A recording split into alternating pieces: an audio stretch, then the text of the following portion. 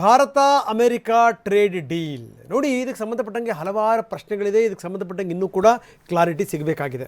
ಎಷ್ಟನ್ನು ನಾವು ಖರೀದಿ ಮಾಡ್ತೀವಿ, ಇಷ್ಟನ್ನು ಖರೀದಿ ಮಾಡಲೇಬೇಕು ಅಂತ ಅಮೆರಿಕ ಏನಾದರೂ ನಿಬಂಧನೆಗಳನ್ನು ಹೇಳಿದೆಯಾ?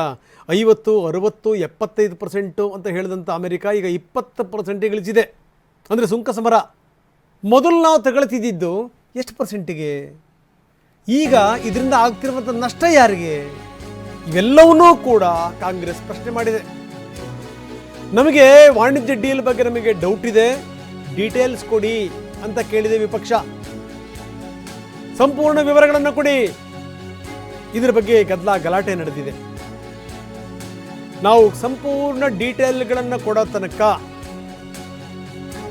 ನಾವು ಇದನ್ನು ಒಪ್ಕೊಳ್ಳಲ್ಲ ಅಂತ ಇದೆ ಕಾಂಗ್ರೆಸ್.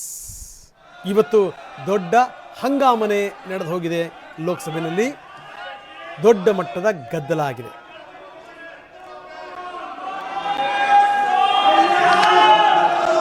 धर्मेंद्र जी एक मिनट,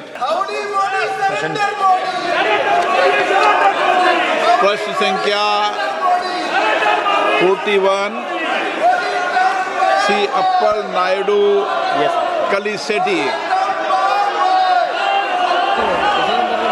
क्वेश्चन 41 अध्यक्ष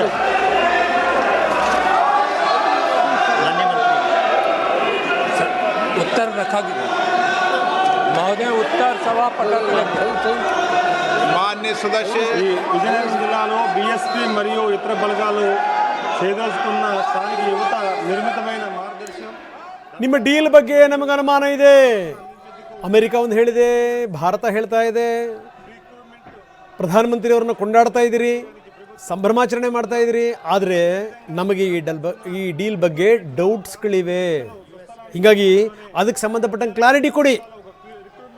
ಎಷ್ಟು ನಾವು ಖರೀದಿ ಮಾಡಬೇಕು, ಎಷ್ಟು ಪ್ರಮಾಣದಲ್ಲಿ ಖರೀದಿ ಮಾಡಬೇಕು, ನಾವು ಖರೀದಿ ಮಾಡುವಂಥದ್ದಕ್ಕೆ ಎಷ್ಟರ ಮಟ್ಟಿಗೆ ಟ್ಯಾರಿಫ್ ಇದೆ,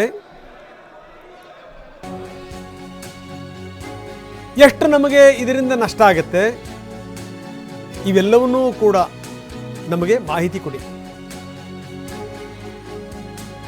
ಇದಕ್ಕೆ ಸಂಬಂಧಪಟ್ಟಂಗೆ ನಿಲುವಳಿ ಸೂಚನೆ ಮಂಡನೆ ಮಾಡಿದೆ ಕಾಂಗ್ರೆಸ್.